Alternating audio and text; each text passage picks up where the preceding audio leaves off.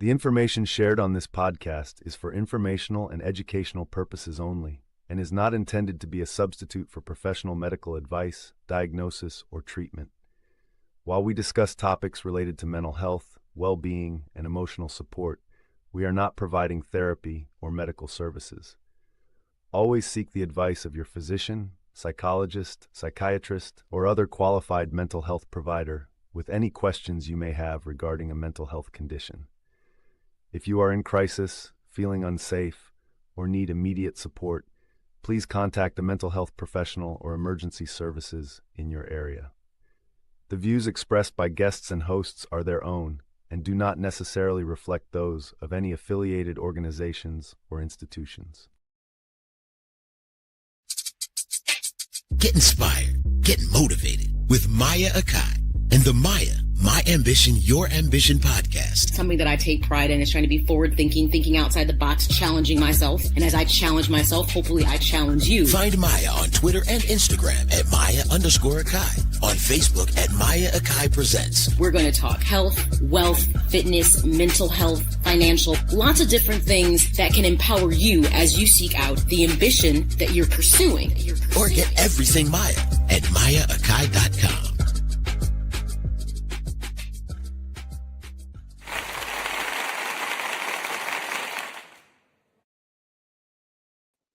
Namaste, everyone. Welcome to episode 85 of M.A.Y.A, My Ambition, Your Ambition. Let's talk understanding and setting realistic goals.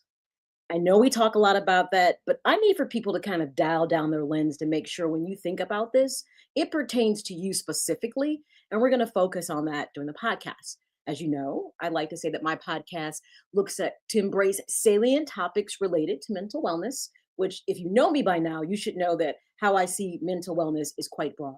It is an everyday experience. So hence, I like to bring you topics from a fresh and forward-thinking perspective. The focus of the podcast is to pull back that veil of self-doubt and sabotage that so many of us are plagued with in our lives, to harness and identify that ambition, that motivation, to help us yield the satisfaction and success we seek, not just in life, but I want you to start thinking about your everyday life. So if you are a first-time listener or viewer, I always say, welcome, but buckle up for safety, because occasionally it could be an unexpected bumpy ride, because I might just say something that makes you go, And of course, if you are a returning listener or viewer, well, of course, welcome back. I always appreciate your support. You're familiar with how we get down here. So I always say for this next, whether it be 30, 45, 60 minutes, depends on how the podcast flows. Grab pencil, paper, so you can jot some things down, take some notes, grab a beverage of your choice, tea, coffee, and it's, of course, 5 o'clock somewhere, so it might be a glass of wine, whichever works for you. But find that space so that you can listen, because this is time for you. This episode is dedicated to the crucial practice of checking in with yourself as you step into a new calendar year. Now, I understand, and I'm sure you understand, that this is the time that often brings a flood of, resolutions and ambitious plans that people might have, but never really thinking about how are you going to dive into this and actually make sure you achieve the things that you're looking to achieve. We're going to be all about being action-oriented, because we're going to take a moment to focus on self-reflection and introspection so that when you set out to move forward, guess what? You're going to be successful at what you're doing. Now, with that being said, hopefully by now, we got to do our housekeeping things. You have subscribed and you share my YouTube channel, because that's how you watch the show. M.A.Y.A speaks to you. But of course, if you've missed any of the 84 other episodes of M.A.Y.A, you can always find it in iTunes, Apple Podcasts, iHeartRadio, Amazon Audible, Spotify. Pretty much, if it's a podcast platform, you're going to be able to find me there. Just search M.A.Y.A, My Ambition, Your Ambition. Also, I always like to encourage people to get social with me, just because obviously if you get social with me, you're going to be able to know and keep abreast of everything. So whether it's Facebook, Instagram, or X, you can always find me at M.A.Y.A Speaks to You. It's the same handle, whether it's YouTube or my social media platforms. But of course, if you want to make things super easy, you can always choose just to subscribe and share my website, M.A.Y.A-speaks.com, for all things M.A.Y.A, whether it's the podcast, I have two blogs there. One is an inspirational blog, and the other is actually a blog that is focused on a passion I have, menopause, because everyone who knows me knows I am the poster child for menopause. But there's so much more to learn about it, and I want not just women to be informed, but men as well. And fellas, I have committed to going into 2026. You're not outside of the hormonal changes that also can impact your life. And I'm going to pour a bit more into you as well, so you can understand some things that you might be going through that you just figured, oh, it's just a midlife crisis. So fellas, you guys are up deck next for you to make sure that I give you some things that you could use as well. The inspirational blog I have, which is just daily, it's not a daily blog. I take that back. It's only weekly on Wednesdays. Both of the blogs are posted and they're new, fresh ideas. So something about perimenopause or menopause that can be helpful. And the inspirational blog is just something I want you to process and chew on throughout the week and see how it applies to you. I don't want you to jump into just continual daily thoughts. I want you to start to doing deep dive into things. Now, of course, another way to kind of keep me front and centered with you. And I'm doing better about starting to promote this, because before I was being a little lax about it. As I've talked about, I do have the M.A.Y.A app. It's the M.A.Y.A experience app, and you can find it in the Apple store. You can scan the QR code as well here, or the Amazon store. If you're my Android people, you can scan the QR code and just search the M.A.Y.A experience, and boom, you can take M.A.Y.A on the go in the palm of your hand. So whether you want to watch a podcast, listen to a former episode, see the daily inspirational blogs, everything is right there, making it so easy for you to stay on track and abreast of the simple work you might be doing for yourself during that time. So I've done my housekeeping things. I always got to do a little shameless self-promotion. I always said I got to get better about that to keep people abreast of the things that I'm doing. But with that being said, in this current episode, we haven't done the mental health stuff in a while. So now we're getting back to it. And one of the things I always talk about when we were just doing M.A.Y.A, My Ambition, Your Ambition, not the kind of spinoff that was the ambition shows, is getting back to those key things that you need to work on. Emotional intelligence, as we refer to it as EI. It's that ability to manage both your own emotions and understand the emotions of other people around you. One of the key things I always talk to people about in therapy when I work with them, by now I'm sure you figured out I'm also a therapist, is something? Are you emotionally available as you're seeking out things in your life? And are you seeking out to put people in your life that are emotionally available? You'll only be able to put a pulse on that if you understand emotional intelligence. So also, we're going to get back to this episode. We're getting back to toolbox time. As you remember, toolbox time was something I would say every episode, I want to give you a nugget, something that you can take away, process, and use, and you pull it out as you need to. So as I say with every episode, reach into your M.A.Y.A toolbox and get that EI out and put it on the table, because I need you to focus and listen and make sure you're listening it from a position that is emotionally intelligent so that you can get the most of it. What we're putting into the M.A.Y.A toolbox today, GOAL, with an S, and it's an acronym. Now, I actually have a mental health practice that I refer to as called GOAL Mental Wellness. It's an acronym for Get Out and Live, because that's what I want people to do when they come to therapy. You might be struggling with something, whatever it is, and I want us to process it, push through it so that you can live your life to the fullest. So my practice name is GOAL Mental Wellness, Get Out and Live. But in this particular instance, we're talking about goal itself and what it means in goal setting for this particular episode. So what it means is we're going to discuss the core principles of understanding how to prioritize and define things as you talk about goal setting. And what goal stands for in this episode is growth, outcome, action, and lifestyle. That, when we talk about you putting together things you want to achieve or change in your life, we're going to approach it from that stance with a goal about growth, outcome, action, and lifestyle. In this discussion, I'll guide you through what that means, a more structured process to ensure you have the objectives. And it's not just a fleeting thought, because a lot of times when people have resolutions, you know how that starts. By now, you might already have fallen off in January, because I'm not a fan of resolutions. It's about goals. And it's something that when I work with people in private practice, I'm like, what's your goal when you come into therapy? What is it you want to achieve? So we can know how we're progressing towards what it is that brought you to come and sit down and talk to me. Everything you approach should be the same way. If you don't have goals with things you want to achieve or changes you want to see, then guess what? The chances of you sticking to it and it happening is not. And then you're going to get distracted, discouraged, and maybe even off the path of where you've always wanted to go. So this episode, we're going to commit to deeply rooting commitments that can align with your overall mental wellness, but also personal development. And that's what this episode today is going to be about. So without further ado, let's jump right into it. So we talked about the idea of goal. As I said, it's the acronym for growth, outcome, action, and lifestyle. Well, this whole episode is let's talk about understanding and setting realistic goals. One of the reasons that most people often do not succeed at their goals, if I must be honest, is because they're not realistic. And they often don't even understand why they're trying to achieve something. It's often a fleeting idea. But one of the things that most people, when they don't achieve what they set out to do is, did you start and did you approach it with intention? Because when intention is missing, along with the two things I always tell you that if you've been watching Maya for a while, we talk about passion and purpose and how they play into this. Because if your goals also are not supported by passion and purpose, it's going to be a real rough road you're traveling. And you may ask me why I say that.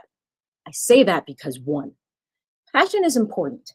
But the thing I always tell people is what you might be passionate about today does not mean you may feel the same way about that 5 years or 10 years from now. And that's okay. It doesn't mean it's fleeting. It just might have been as you grow and you mature and have experiences, what you might be seeking in life might change. So purpose is the thing that helps with passion to see that you move it along. I say it's hard for them to not exist without one another, because without passion, purpose doesn't have something that drives it.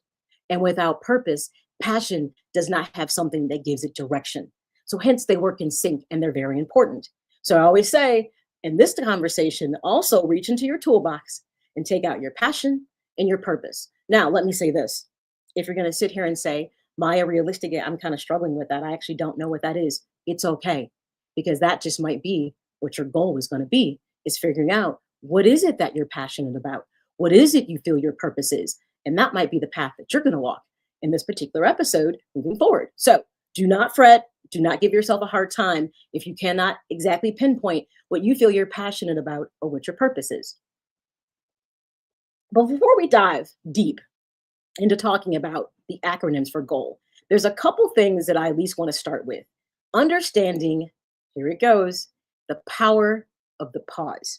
Now, this is something for a lot of people that they don't stop and do, because we're often so busy in our lives rushing from, pillar to post and just hustle, hustle, hustle, that we never stop and pause to do any real self-reflection. I find that often people fall into self-reflection when it's something that they haven't decided they really wanted to do. They're kind of forced into it. But I always say the power of pause is a thing that can help you to learn to be mindful, because it's where you stop and you start to do self-assessments. Because when you self-assess, you're going to be more effective if you're trying to achieve something, or let's just say maybe create a new habit. But you have to assess where you've come from, where you've been, where you currently are, to understand where you actually want to go. And that means this conversation, when I say we're pausing to think about, we're going to talk about intentional growth and lasting achievement. Hence, this is bigger than the idea of a resolution, which many people like to start out with. So we must transform the way we approach how we start any new goals or habits by laying the groundwork for the period of intentional growth so that we can have that lasting achievement. And that's something that people often don't understand, is the power of pause.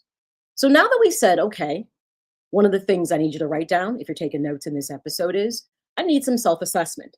Now, remember, I do tell people, which I didn't actually talk about in the housekeeping.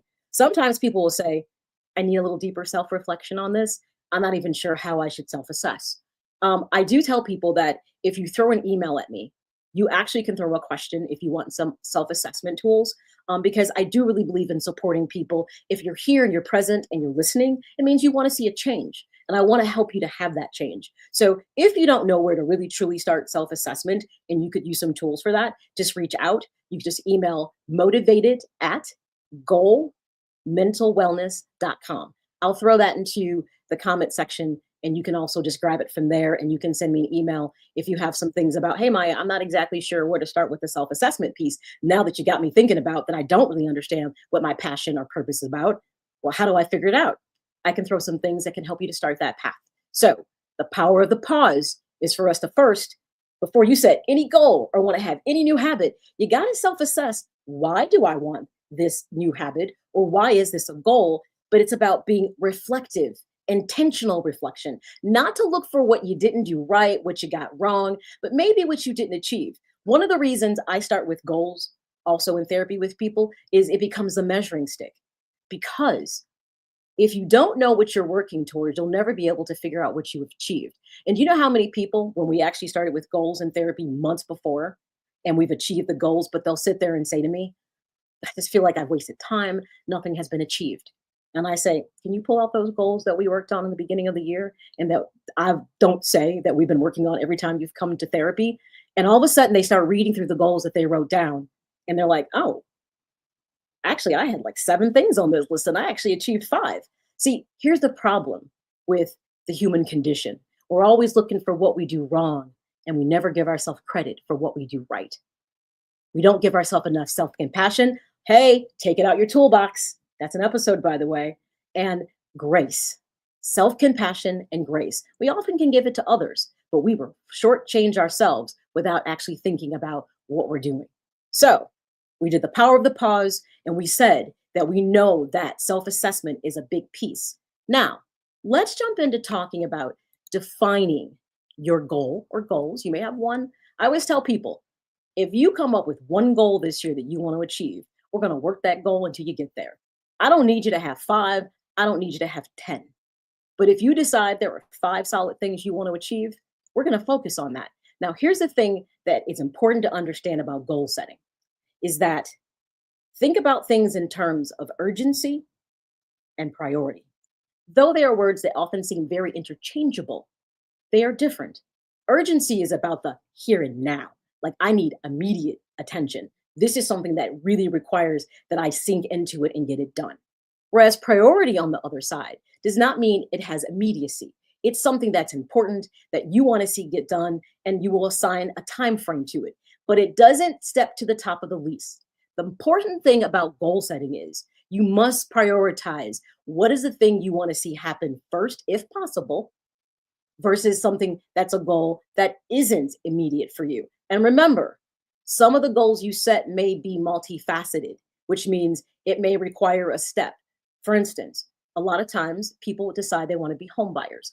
I am actually one of those strange therapists that I actually do what I believe is a lot of intertwined life coaching with people, because people often will come to therapy with concerns about financial situations, their stress, their job, about their future. And those are things that we talk to because those things impact your mental wellness, because they're your everyday experience, because mental wellness is actually an everyday experience. People just don't put it in that context. So it's always important to know that you may choose one goal, but it may require several steps to get there. Home buying is one of those things. So if you want to be a home buyer, if you want to be a smart home buyer, you're going to first maybe figure out, one, can I truly afford it?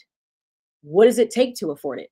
Most times people don't have that information. And that's maybe when you should seek out a professional that can help you understand where you stand in your current job, the money you make, and what you can actually afford.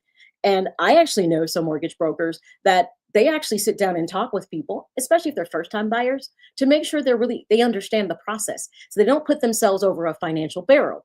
They may say, you know something, based on where your credit is, based on what your income and what you have saved, what you're telling me you want, realistically, this might be 2 to 3 years out, based on if you follow this plan. I'm looking at your credit, and I see you need to take care of these things right here. Now, if you can accomplish those things and we can get your score here, then that means we can put you in a better position to buy, because we want you to have a better interest rate. So you have to consider all the things that might go into one goal might require multiple steps. So don't lose sight of that as your goal setting. Just give you that example of one of the things that people have to think about. So when we talk about defining your goals, so let's get back to that. Growth-minded intentions. You should choose goals that are about moving you forward in life, achieving something that brings you happiness, security, so on. I can't tell you what your growth, what those growth-minded intentions are. So let's say this, maybe it is to buy a home. Maybe it is to pay off your debt. Maybe it is to finish your college degree. Maybe it is to find a partner. Believe it or not, find a companion can be a goal. to wanting to be in a relationship. You do that with intention. You move differently. So you have to decide at that point, as you're defining your goal, is what is your growth minded intention? If you're putting a goal on and it doesn't seem like it's growth minded, I'm going to ask you, how does it serve your passion and purpose? Which means that gets back to why you have to understand how passion and purpose should intersect with your goals. Hold that thought and think on it just for 2 seconds. Passion and purpose, how they intersect to help you move your goals forward. So, growth minded intentions are important. Sorry, the O in defining goal, outcome. You must visualize what you desire or wish to attain.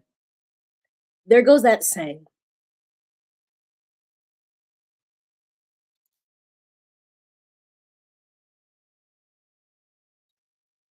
If you build it, they will come. Field of Dreams. For all my baseball people, it was a movie. And that's how you should see your goal. The platform you lay for your goal is, if I begin to lay this down, I'm building something and the outcome will come to me that I am looking for.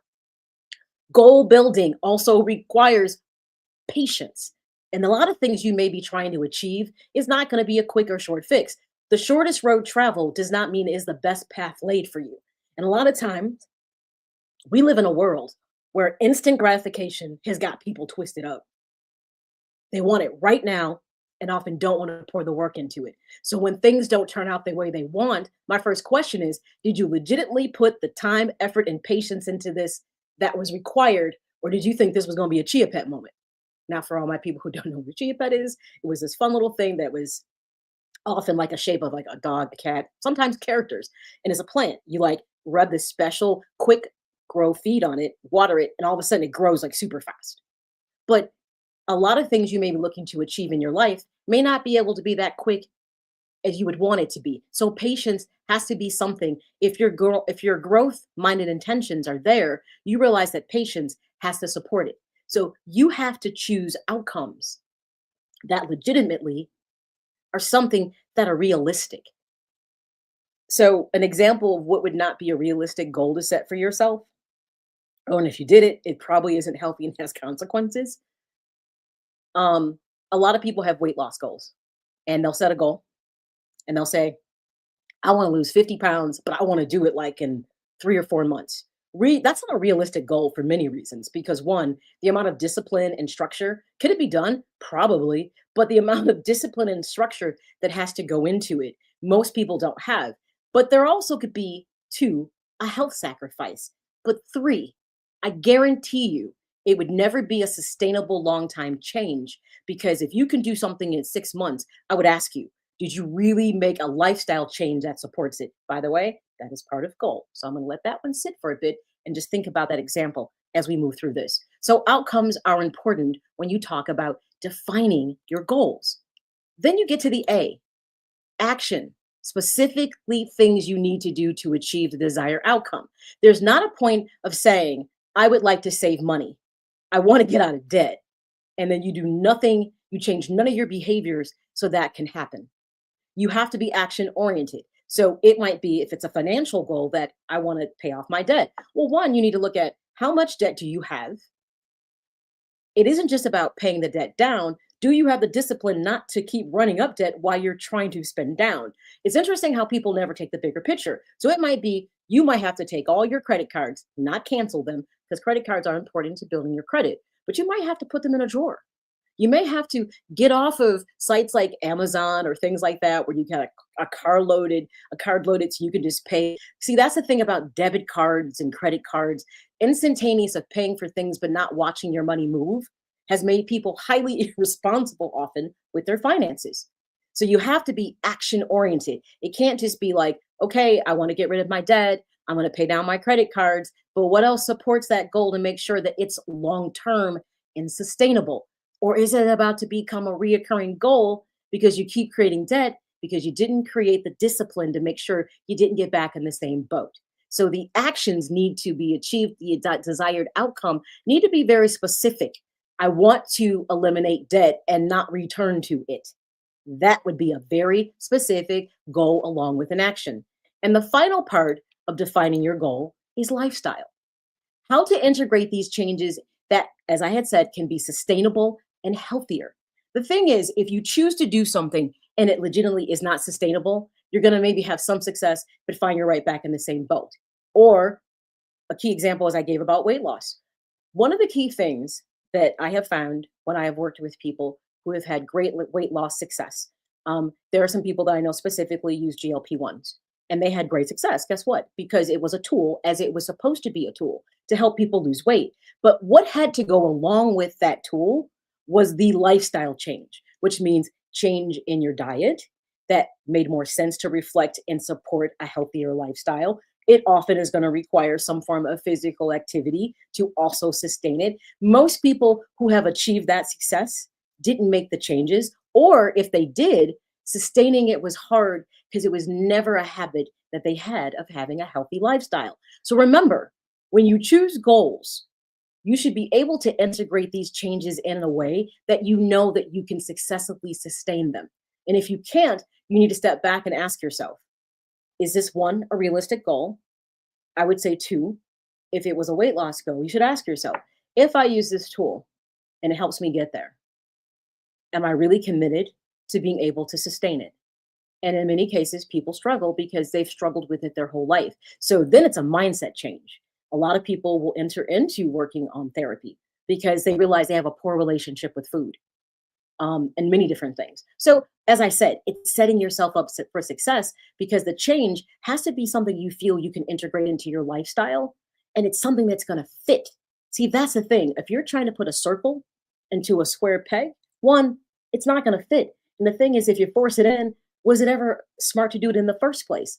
You got to stop and really think those things and target them. They're so, so important. So we talk about those things that are important when you talk about defining your growth. We talked about goal is about growth, outcome, action, and lifestyle. Those are the four things that should be full in consideration when you're thinking about changing habits, old habits, forming new habits, is how does it align with the idea of what the goal is you're trying to achieve? Okay, so hopefully this doesn't seem too heavy or too much, but to the point.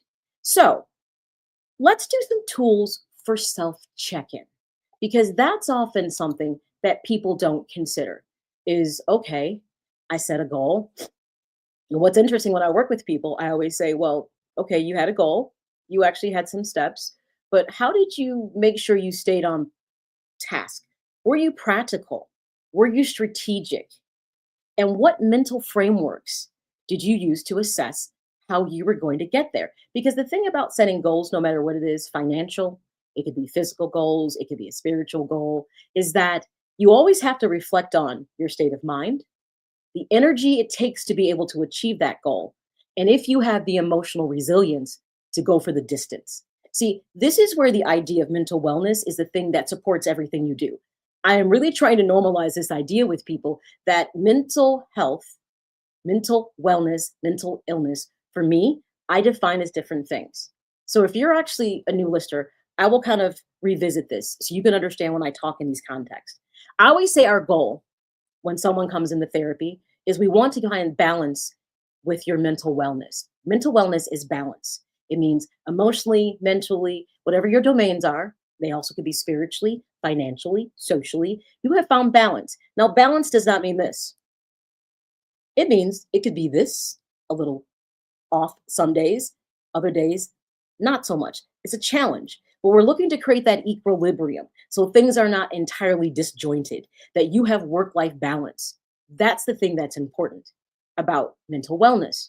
When people start to get very disjointed and their lives start to take a dip, and to be honest, it could take a dip because let's say you maybe lose a job or you go through a divorce or a relationship breakup, and all of a sudden you're feeling really overwhelmed and it hits you heavy. That's when people's mental health becomes a red flag.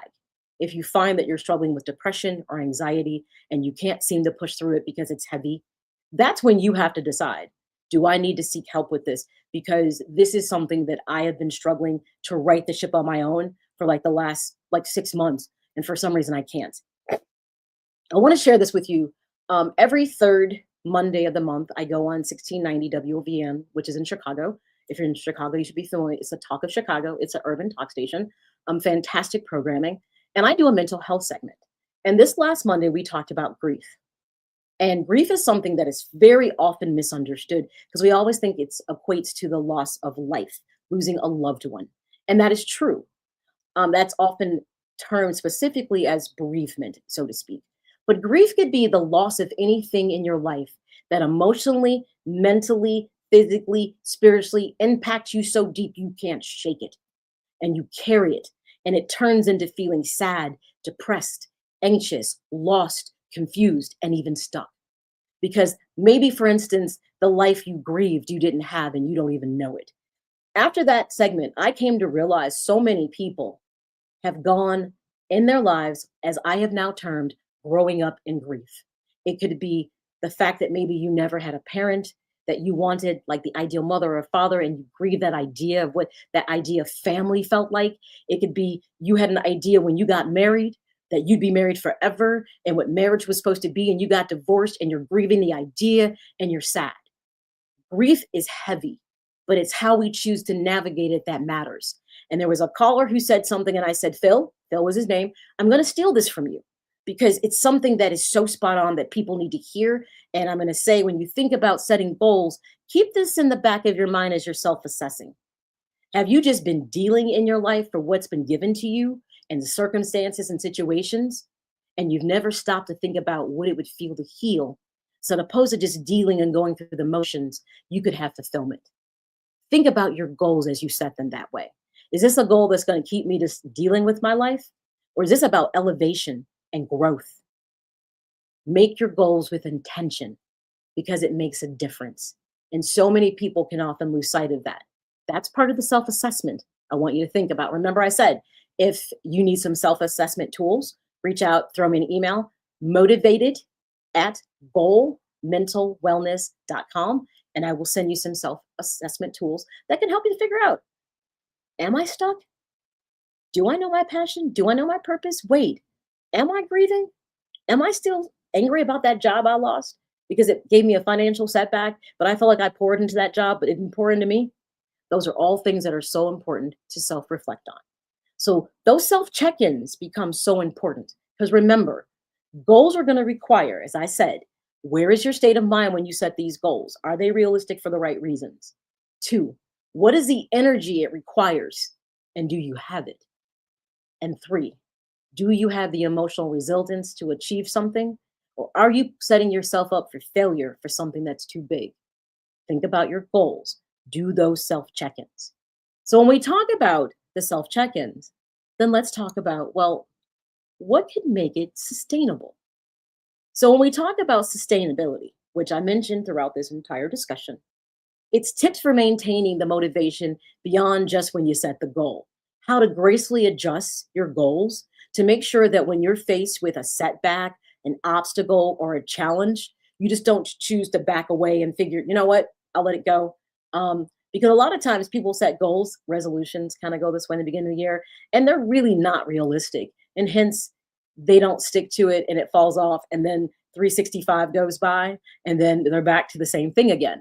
I'm like, you got 365 chances that are dressed up in days to make the changes you want to see in your life. So one of the ways to make something sustainable and also kind of do those check-ins is kind of cliche, but everybody has probably heard of it before, which is the reference to SMART goals. I know everybody knows what a SMART goal is because they're not new. If they're usually more applied to in business settings a lot of the times. Well, what most people don't realize is that SMART goals can legitimately be applied to almost anything in your life, because what SMART stands for, the acronym is being specific. Make sure you do something that is measurable, that you have a goal that is achievable, relevant, and time-bound. Now, what I found is some people don't like the time-bound thing. So they're like, well, I don't kind of like to put that pressure on myself. I said, why? Are you serious about the goal? Because if you're going to let it just be open-ended, there's an opportunity you may not achieve it because you haven't given yourself what becomes a timely check-in of where the progress is with the goal.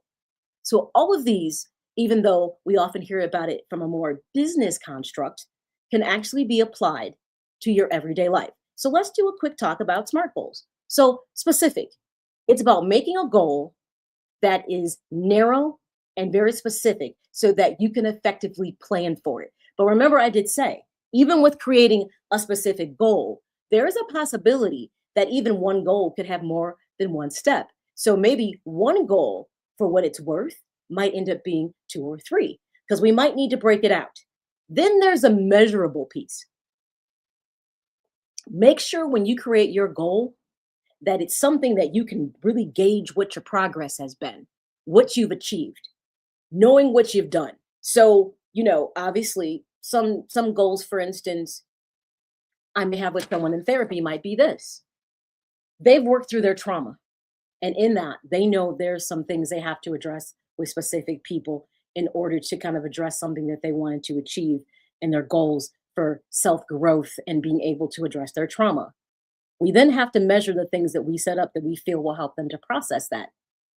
And we will know their progress based on how they were able to step into those goals to attain them. So some things are easy to talk about, like weight loss. You'll know if you've got a 50-pound goal, you'll know if you're achieving that goal because, for instance, you see maybe 2 pounds here, 5 pounds here, and in a month, you may literally have lost 10 pounds. That means you can see the progress. That's measurable. So whatever goal you set, make sure there's items within there that you can gauge how well you're doing. But also, the A is achievable. Make sure you can make something that's reasonable, that you can accomplish. Don't give yourself lofty goals that you know there's a high possibility that you might fail at. Put the goals in place that if you know something is a big goal, the question is, do you need to break it down? Because it might just be something that requires steps. So you may have a goal that could be a 5-year goal, but to get to that master goal, each year you might have achieved something. So the house buying was an example of that. The first goal might be, I have to pay down my debt. I have to raise my credit score. I find out I need to save money. I need to make sure I make this much money because I'm looking for a mortgage that can be in this realm. Those are all things that are specific, measurable, and achievable. And you're setting reasonable things for you to accomplish one step at a time. So if your goal was to buy that house, home ownership, 3 years, guess what? You may have goals for year one, year 2, and year 3 that gets you to that goal. Relevant, the R. Your goal should align with your values and long-term objectives. If you are doing something or you set a goal because it's going to please someone else, I'm going to ask you, why are you making that goal for you? It needs to make sure it's something that aligns with that what? Passion and purpose. Because those are the things, remember I said, the passion is the thing that makes you want to do it. The purpose is the drive. It's just, you got to have them work in tandem. So make sure when you do things, you're doing them for the right reasons and not for the wrong reasons. Again, that comes back full circle to self-assessment. And the T, time-based. They need to be realistic, but make sure that you give yourself a way to measure it based on time. So the example that I gave was about home ownership, where literally, if you have a 3-year goal, I want to be a home buyer in 3 years. Well, don't just say that, but then do anything to make sure you can make that happen. So year 1 might be, I'm cleaning up my credit. I'm paying down my debt. Year 2 might be, now that I've cleared up that debt and make sure I don't run it back up, I'm now saving money for my down payment because I realize to kind of make my mortgage payment be the way I want it to be, as I've envisioned it with getting some consultation from professionals, it looks like I would need about this much down. So now I'm in year 2 and I'm saving that money. So I get to year 3 and I did all the things that I was told I needed to do. Have I aligned myself? Time sensitive. If you give yourself an open-ended goal and you never do any check-ins or it doesn't have an ending, there's a high probability, and this is not to be mean, that you might not achieve it. And a lot of people don't like that. They don't like the idea of having time constraints, but it is time that most people don't realize that is the most expensive currency that you have. Because how many people have you ever met, and hopefully it's not you, that says, I wish I would have. I thought I had more time. So if you prioritize something and it matters, then it should be able to have a time frame that you can achieve it that makes sense. But you're taking into all the other considerations in your life as you do it. And that's the basis behind goal setting. I don't think it's too lofty. It's just about taking the time to stop and think and not just move through the world without one intention, without passion, without purpose, or without a plan. Because while any of those things, ask yourself, how far have you gotten if you never really truly goal set it? So I would give you a challenge. Pick one thing you feel like you want to achieve this year. If you can come up with more, I would love for you to share your goals if you wanted to in the comment section. Because remember, you can always be interactive with the show by putting your thoughts into the comment section. But pick up that one goal and break it down the way that we said. And by the way, you can always obviously get the transcript of this if you're watching it on YouTube to kind of go back and pull things out. Do not forget, I said if you really want to ask for some other tools, because I do have some tools, say, hey, Maya, you know what? I think I could use a little bit more guidance on this. So could you, please kind of send me some of those things. I'm about to drop into the comment section that you can ask, you can send me an email and specifically request what it is that you need. Also, I used to do something that was called mailbag. If you actually have a thought or an idea that you would like to see as a show or a question, throw it my way. I'm always more interested in bringing conversations to people that can interest them, not just the things that I think can help. Because believe it or not, most of the things that I tend to bring to people, it's my ear to the ground. It's what I hear people talking about in therapy. It's what I see happening in the world. And I feel like if I can give you tools, that's the best. I'm gonna leave you with this final thought. I share this with my clients in therapy because I feel it's a great way that people can connect to ideas. I say, I liken the idea of your life to an economy. The word economy actually means sustainable systems. We refer to it often as money, but economy can refer to other things. And I say this with people. I call my theory the economy of self. I said, you only have so many resources available to you emotionally, mentally, maybe even physically, financially, perhaps even spiritually. So how you choose to allocate those resources are extremely important. You want to see as much input as you see output. You need balance, things to pour into you as you pour into others. So when you are pouring into others and others are pouring into you, that is sustainable. And hopefully that can result in growth, because economies always want to see growth. You grow emotionally, you grow mentally, you can embrace happiness. What you have to be aware of, if you are expending too many of your resources and do not find a return, you are not being poured into, you are not being celebrated, you are not being appreciated, or you do not feel seen or heard. You are at risk of depleting yourself, and limited resources coming in can turn into a recession for you. You emotionally are just getting by. You are mentally just getting by. Hence, people often say they feel stuck. We want to avoid recessions. We want growth. On the flip side, if you expend all your resources and have nothing coming into you, that can turn into a depression where you are sad, detached, lonely, whatever the case may be, because you have expended all your resources in places that have not invested back into you. The economy itself asks you to look at. As you invest in other things in your life, make sure something is investing in you. What is the return of investment for your time, your energy, your passion, your love, whatever you're applying to something? What do you get back? And often people are reluctant to think of things that way. It's not about you're doing something because you want something in return. You hope that you place things in your life that there's a natural return to you. But if it isn't, ask yourself, have I been pouring into this relationship and it's not pouring back into me? Am I giving 100% at my job and I feel totally undervalued, not respected, passed over for, promotions or bonuses? You got to stop and ask yourself. Stop sinking those limited resources that you have into something that isn't pouring back into you. I do plan to make that an episode because it's my own personal theory that I kind of share with people. Because I feel like if I talk in terms of money, people can always get it for some reason. But it's rational what I'm saying. And I hope it makes sense. So with that being said, everyone, of course, I always enjoy when every shows up to listen to an episode. As I said, the whole purpose of my podcast is to help you to identify your ambition, harness that motivation, to help you to acquire the success and satisfaction you seek in your everyday life, not just life.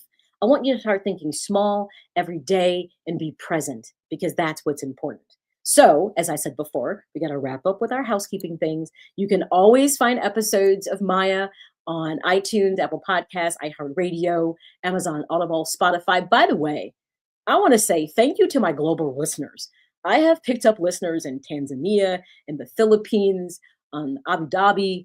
It's growing. And I feel so blessed that I know this is not the sexiest conversation, but I do appreciate that if I'm helping one person out there and they're listening, that makes me feel good because I want to see people happy and I want to see people thrive. So I appreciate all my listeners. So whatever you're listening to, how you listen, just search Maya, My Ambition, Your Ambition. Of course, you can always listen to episodes of Maya, My Ambition, Your Ambition via my website, maya-speaks.com. It's all there. Of course, I would ask you to subscribe and share my YouTube channel, Maya Speaks to You. And I finally got my act together and got all of my social media on the same platform finally. So whether it's Facebook, Instagram, X, or even YouTube, all you have to do is search Maya Speaks to You and voila, everything is like right there, making it easy. Like I said, for all things Maya, of course, there's the website, but make sure you do check out, as I mentioned, I do have my app, so you can take Maya on the go and have all things Maya right there. So all you have to do, if you happen to be an Apple user, you can go ahead and scan the QR code there. If you're my Amazon person, which means my Android people, you could scan that and boom, it'll take you right there. But you go to either one of those platforms and you just search the Maya experience and boom, right there, it's Maya on the go, which means then you can also check out my inspirational blog that I have that post every Wednesday, one thought a week, as well as the Me on Pause blog, which is my menopause blog that covers everything that's related, that's pertinent to know about perimenopause and menopause. It's not just for the ladies, fellas, it's for you too, because if there's a woman in your life, you probably want to know how her world can be turned upside down. But as I said before, you guys are not in the dark.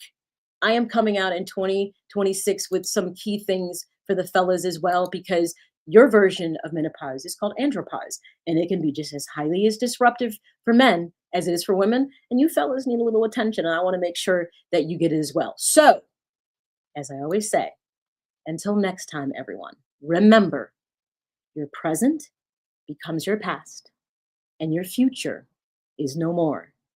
So make sure you make the most of every day. So be well, but more importantly, stay safe and keep being absolutely amazing.